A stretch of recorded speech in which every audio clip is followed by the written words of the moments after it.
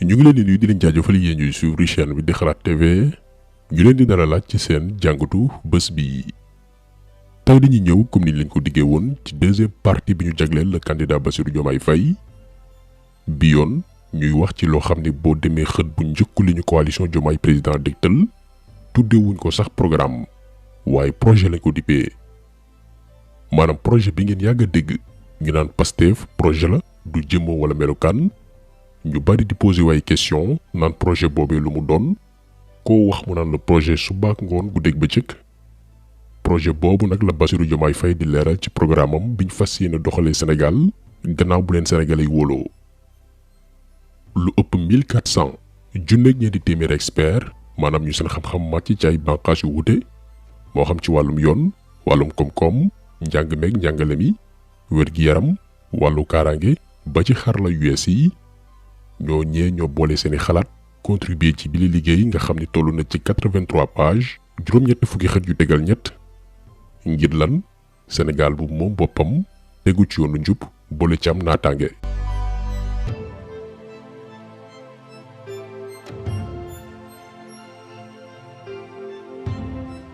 projet baa ngi door rek benn contextualisation maanaam ci biir programme bi. coalition Diomaye président dañu tàmbali ci def bilan ni ñu yoree Sénégal ci fukki at ak ñaari weesu waaye ci li ñu gën a dut baaraam mooy ni ñu nasaxalee suñu institution yi ni ñuy jëlee benn doomi aadama def ko buur jox ay pouvoir yu jéggi dayo ba ku ko neex faakagal muy jël li ñëpp bokk di ko jëfandikoo ci lu jaarul yoon moom ak ñi mu àndal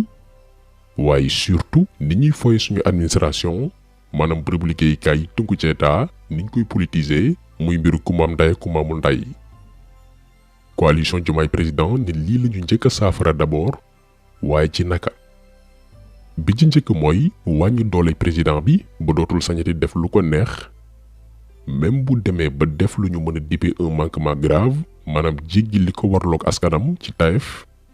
président boobee mën nañu teggi ndombal tànkam te ka koy wuutu mooy un vice président boo xam ne ñoom ñaar lañu tabandoo. ñaareel bi mooy dindi pouvoir bi président bi di am ci yenn bànqaasu yoon yu ci mel ni conseil constitutionnel bi ñu fas yéene dippee cour constitutionnel buy moom boppam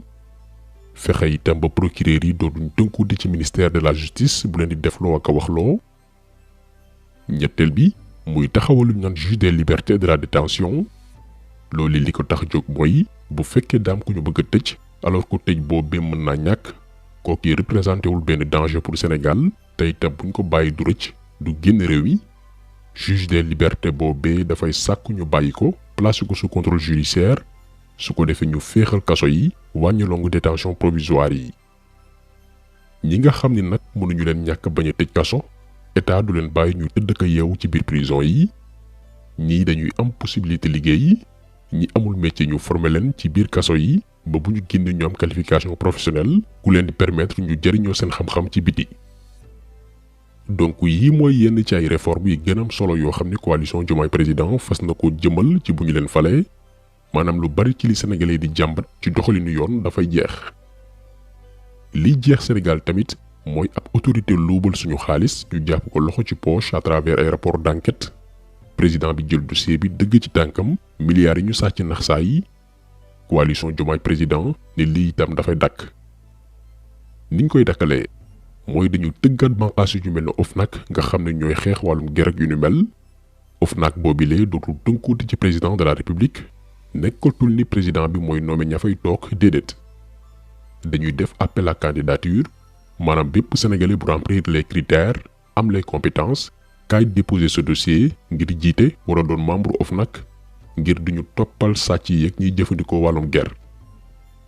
waaye du ci yam dañuy taxawal lu ñu naan PNF. parquet national financier benn organe boo xam ne gannaaw bu ñu enquêté ba xam ne diw ak diw ñoo luubal xaalisu Sénégal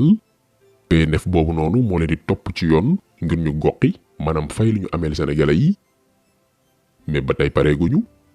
ñi nga xam ne aussi dañ leen di woowe ay lanceurs d'alerte moo xam journaliste d'investigation membre société civile yi luqarti yenn mbóot yi dañuy voter benn loi bu leen di protéger aar leen ngir ñu mën di jàppale état ci dénoncer yenn defkatu ñaawteef yeeg luubalkat yi.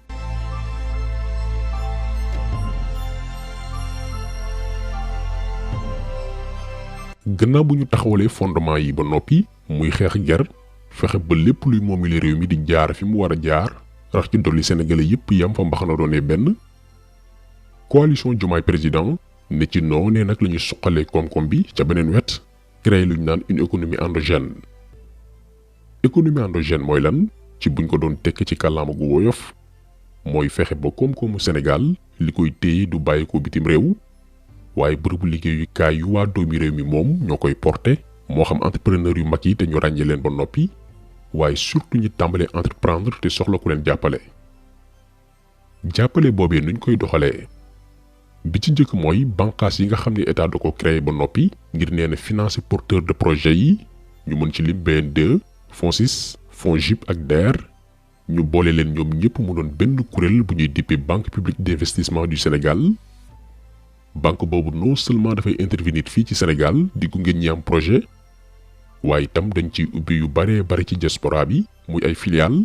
ngir xaalis bi moo di yeeg faatu yu di yónnee ci biir réew mi mën a feeñ ci suñu koom-koom waaye ñoom it diaspora bi di mën a bénéficier wu ci yenn fonds yi rawatina ñi am projet wu ñibbisi te soxlaay garantie yu wóor. coalition Diomaye président ñooy wax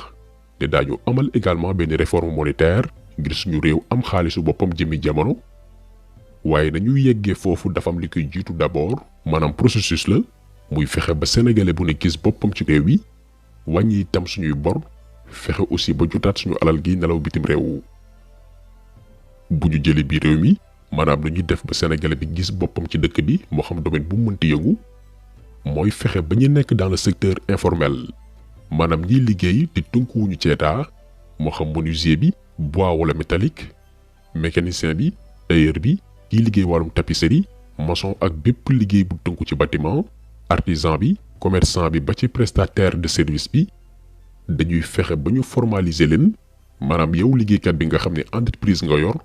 war nga sax bindu ci yenn service yi pour boo demee ba retraité feebar mbaa beneen ndogal dal la ngay mën di fayeeku formalisation boobu nag état du ko mettil kenn au contraire dañ lay proposer ay formation ci naka ngay gérer entreprise buñ ci noppee ñu gunge la ba nga déclaré wu en tant que këru liggéeyukaay di fay impôt ci anam yi mu gën a woyofee xaalis boo xam ne dafay dellu siwaat ci yow ni muy dellu siwaatee ci yow mooy mboolem ouvrier mbaa yeneen liggéeykat yi état reconnaître rax ci dolli ñooñee déclaré xale yi leen di liggéeyal sàmmonte code du travail ñooñu état daf leen di yombal pour ñu mën a jot ci li ñuy woowe la commande publique maanaam bu état di jënd ay meubles confectionner ay tenues tabax wala réfectionner ay bâtiment soxla yenn produits yi mbaa ku ko defal liggéey sàngam ñi nga xam ne formalisé wu nañ ñooñee la ñuy yombal marché yi à travers ay appel d'offre maanaam li ñëpp bokk ku ne jot ci. boo demee ci wàllu mbay 10% budget wu Sénégal daañ ko fa def comme ni ko mbootaayu xeetu Afrique yi diglee waaye loolee dafay ànd ak fonds boo xam ne li koy tax a jóg mooy doole la recherche agricole maanaam ñuy def mbay moo xam ne dafay méngoog fi jamono toll fonds boo xam ne itam dafay concerner waale baykat yi amul accès def yenn formation yi ñu tàggat leen ba ñu mën a ñoŋal seen liggéey yi. lu jëm ci wàllu sàmm beeg jur yi coalition Diomaye président fas yéene taxawal ay programme yoo xam ne benn bi li koy tax a jóg mooy suñu réew dootul jéggaani yenn xeetu meew yeeg lu jëm ci wàllu ndawal beneen bi muy doole ñi yëngu ci wàllum ginaar pigeon ak bépp xeetu picc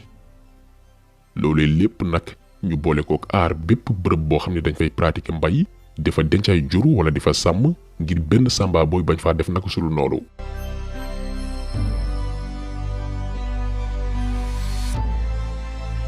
beneen secteur bu am solo te coalition Diomaye président bàyyi leen xel seen biir programme mooy napp gi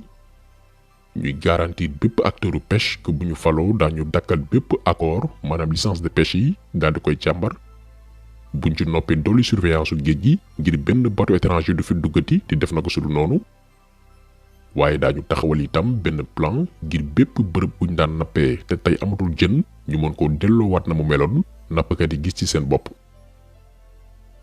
bu loolu weesoo wàllu transformation bokk na ci li coalition Diomaye président bàyyi xel lool seen biir programme muy fexe ba yenn produits yi yàqu suñuy loxo nees lañ koy mën a exploiter gën koo valoriser ba dootuñu jéggaane yi. loolee niñ koy jëmmalee mooy dañuy taxawal ay industrie agroalimentaire fépp ci Sénégal zone bu ne ci biir réew mi mu am loo xam ne yow lañ koy dénk daal di la koy sas par exemple li ko tàmbalee zone des Niayes jàpp vallée du fleuve Sénégal Dakar jëm Saint-Louis romb zone Fouta bi yegg Tambacounda ñoom ñooy gérer transformation bépp xeetu légume ak yu ni mel. Casamance foofu ay unité yu mag lañ fay taxawal ngir lépp luy fruit ñuy mën di ko transformer comme ni mu waree moo xam mango yeeg maddi yeeg consort. boo demee zone Sine Saloum bi Kaolack jàpp Fatick fa la ñuy concentrer transformation gerte bi di ko def diwlin ak lépp lu ci mën a tukkee.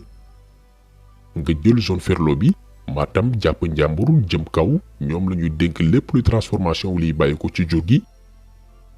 nga ñëw nag ci Petite Côte bi Mbour Joal Tubaab Jalaaw ak dëkk lébu yu ko wër seen spécialité mooy doon di transformer xeetu jën yeeg lépp luy fruits de mer.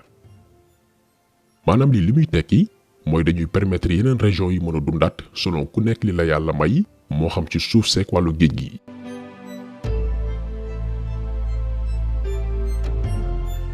waaye lii lépp nag ñu leen limal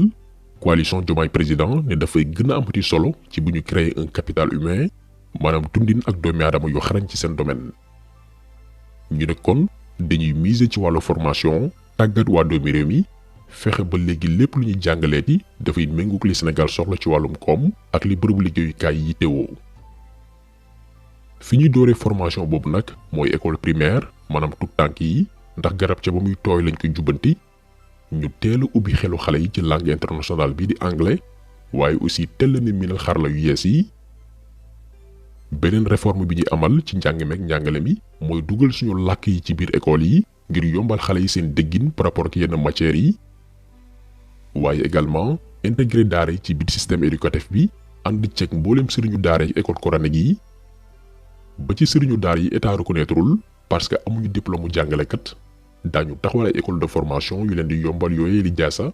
ñu am statut mën di fayeku weer comme enseignant bi professeur d'université bi.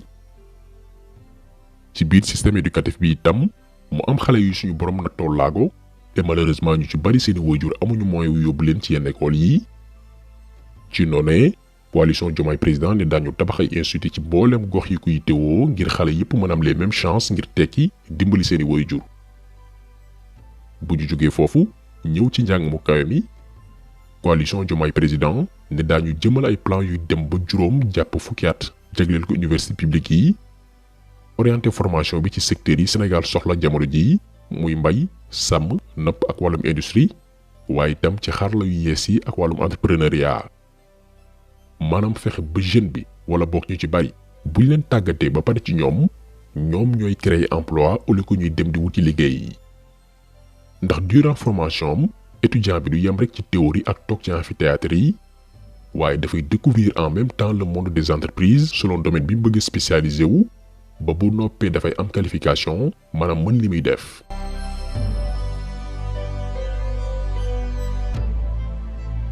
coalition Diomaye président ne bile programme nag def ci am loo xam ne moo ëmb mboolem secteur yi ñu lim ndax boo ko amul doo tala liggéey doo tala jàng te mooy wér-gi-yaram. ñu ne ci fànn boobu suñu politique mooy la santé et l'assurance maladie pour tous maanaam ku feebar ci réew mi mën a faju. dañuy sax créer benn numéro vert pour képp ku nekk ci situation d'urgence te néew doole ñu mën laa jël en charge ci ni mu gën a gaawee. ñi nga xam ne dañoo nekk ci situation handicap bu weesoo carte d'égalité des chances bi fi nekk déjà mën nañoo wut aussi certificat bi dëggal ni borom bi daf leen nattoo laago li koy firndeel su ko defee bépp bërëbu fajukaay bu ñu dem daañu mën a faju te duñu fay dërëm. loolee niñ koy réaliser mooy yokk budget wu santé bi ba lu mu néew à 15% boole kook ay programme. benn ci programme yi mooy xale tey mag ëllëg bi toppatoo wér-gu-yaramu tuut tànk yi dooru juddu jàpp ñi am fukki at ak juróom. beneen programme bi muy keppaaru mag ñi li ko tax a jóg mooy suñu papa yeeg suñu yaay yi bu ñu jëm mag mën di sàmm seen wér-gu-yaram. bi ci mujj mooy ci laa bokk boobi ñi ko moom moo ñi yàlla na toowee laago.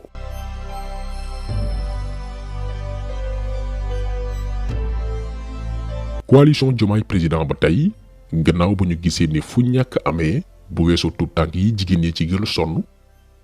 ñu ne daañu taxawal ay programme yoo xam ni yéene mooy former jigéen ñi amul métier mbaa seen jàng soriwul ci ay domaine d'activité waaye tamit ñi nga xam ne dañoo xarañ lool ci domaine scientifique yi rawatina xale yu jigéen yi. jàppale également femmes entrepreneurs yi teg seeni business ba noppi waaye am ay jafe-jafe ngir développer seen activité ku ne xam ne itam ni njur méttee ba tax na coalition Diomaye président ne bu ñu leen dénkee réew mi xale buy dooru juddu jàpp ñi am juróomi at ñooñee dañuy mën di fajute seeni wajur duñu fay bépp jigéen également bu jaar césarienne wala amee yenn jàngoro chronique yu ci mel ni diabète hypertension cancer wala insuffisance rénale état moo lay jël en charge te doo fay dërëm. jigéen yi nga xam ne également góor daf leen di tromper ba noppi bañ doom ji non seulement dañ leen di may ñu topp ki leen tooñ maanaam état dafay créer benn fonds ngir dimbali leen ñuy def test ADN ba ki def safaan bi reconnaître doom ji nga xam ne mooy baayam bu dee ko jigéen ki victime viol la aussi ñu mën koo taxaw moo xam ci wàllu xel xalaat ak wér-gu-yaramam. beneen problème bi ñu fas yéene régler tamit mooy jafe-jafe yi jigéen yi di am ci bu ñu bëggee régler seeni doom yenn këyit yi moo xam ci wàllu état civil mbiru voyage ak yu ni mel. coalition Diomaye président ne loolee dafay jeex yaay yi daañu mën di lijjantil seeni doom yenn mbir yi même bu dee baay bi newu fi wala dafa daw ay responsabilité am.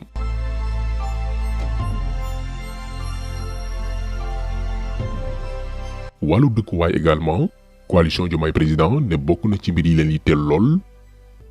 waaye niñ koy saafara mooy dooree ko ci goxeek goxaat yi fexe ba yemale am diggante dëkku taaxeek yi gën a sori maanaam lépp lu am ci ville yi ñu mën koo fekk ci ñuy woowee ñun Sénégal ay dëkki kaw moo xam ci ay bërëbu liggéeyukaay ndox bu baax courant ay bërëbu fajukaay ak école. buñ ci noppee ñu dooleel ñaari structure état yi fi nekk d'abord ñu naan ko SNHLM ak SICAP SA ñu mën di tabax ay logements sociaux yoo xam ni sénégalais bu ne dafay mën a am kër selon fi poche am toll. politique boobu nu muy demee mooy bu dee yow dencoo ay millions pour tàmbale tabax te location bokk na ci li la gën a sonal logements sociaux yi waa SNHLM ak SICAP di tabax da ngay mën di ci bénéficier wu en tant que locataire waaye ci njëg bu yomb su ko defee ngay mën di denc di tabax ci beneen wet. wa ilaa ngay fay njëg bi nga daan loué waaye bu matee diir maanaam boo fayee ba matal njëgu kër wala appartement bi nga occupé ci waa SICAP SA ak SNHLM yaa koy moom maanaam genre location vente te ñu dippee ko ci biir programme bi logement en accession aidée. mbiru location bi également coalition Diomaye président ne daañ ko régler jaare ko ci ñaari stratégie yu simple bi ci njëkk mooy gannaaw bu état fixé prix location yi ba noppi bépp bailleur maanaam ki bëgg a tabax kër pour louer ko te nangoo tënku ci njëg bi état définir booy leb xaalis dañuy exiger banque bi mu defal la ko ci taux d'intérêt bu ndaw waaye itam nga koy fay ci diir bu gudd boo xam ne du la gaañ muy benn. ñaareel bi mooy bu dee dangaa yor immeuble di ko louer boole ci di fay impôt boo wàññee say prix location suloo njëg bi état tënk déclaré ko agence nationale du logement benn bërëb liggéeyukaay buy ceytu lépp lu jëm ci dëkkuwaay yi yow saa yooyu fay impôt téeméer bu nekk juróom fukki yi état daf la koy may.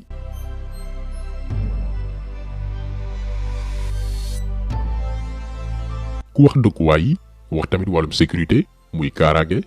coalition Diomaye président ne loolee lu ko yitteel la maanaam nu ñuy ñagee réew mi aar ko. bi ci njëkk mooy fexe ba fépp fu am jéeya mbaalu kenn ñaanu toon ñu fexe ba jox waa sapeur pompier ay moyens yu doy ñuy mën di intervenir ci ni mu gën a gaawee. ci way takk der yi liggéey bi njëkk mooy ñoŋalaat xaar kanam ak cër gi police ak gendarmerie war am digganteem ak population bi ba rupture de confiance maanaam ñàkk wóolante gi juddu depuis lu yàgg diggante population bi ak way takk der yi mën a dañ. loolee itam ànd ak valoriser différents corps yi ba ñu mucc ci wàllum guerre fexe également ba nguur dootul jëfandikoo police wala gendarmerie pour di ci régler ay compte politique.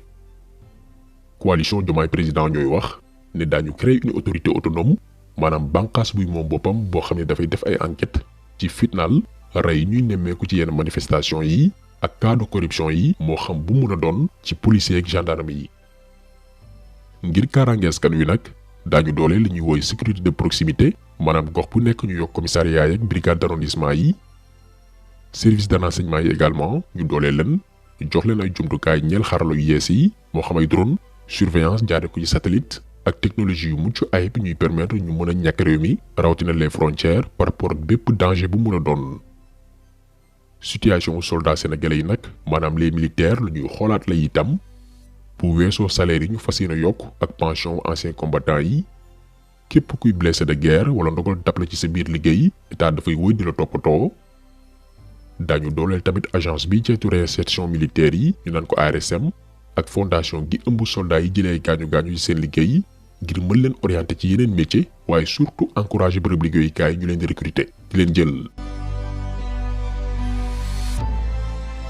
waaye li lépp nag ñu wax depuis ba ñu tàmbalee vidéo bi naka la ko coalition Diomaye président di financer fu xaalis bi di bàyyikoo bi ci njëkk mooy réformer suñu politique fiscale ba bu weesoo milliards yi état di collecté ci impôts ak taxes yi ñu dakkal bépp xeetu fraude wala évasion fiscale maanaam ngay entreprise war a fay Sénégal ay milliards waaye ngay def say njuñ njaaj ba loolee nax saay ba doo fay ñu ne loolee dafa jeex. beneen bi ci topp mooy yegg ba am suñu monnaie bopp wax nañ ko léegi jaarale ko ci ay réformes yu am solo ndax boo amee sa monnaie wu bopp di nga mën di contrôler sa koom. ñetteel bi muy renégocier waat bépp contrat wala convention boo xam ne état bu Sénégal jotoon na ko signé moo xam ci wàllu mine hydrocarbure muy pétrole ak gaz ay marché public ba ci liggéey ñu dénk yenn ci ay entreprise yu bàyyi ko bitim réew. parce que loolu kese wax ñu impôt yeeg yu ni mel waaye mbiru pétrole ak gaz suñu or zircon ak fer bi ñu tayle contrat yi buñ ko renégocier waat ba Sénégal am ci lu mu war a am mën naa financer mboolem projet ak programme yi ñu leen limal léegi moo xam ci njàng mi ci faj mi ak liggéeyu ndaw ñi. combat pétrole bi buñ ko gagné nañu combat pour le développement du Sénégal donc gagné nañu le combat pour l'emploi des jeunes gagné nañu le combat pour la santé pour l'éducation gagné nañu le combat pour l'agriculture ak leneen ak leneen yeneen peuples yi bu ñu gën a gore Macky Sall jël na suñu fer yépp jaay ko te su ngeen mënoon xam li ñu mën a def ak fer. donc bu lii weesoo ba tey ci programme bi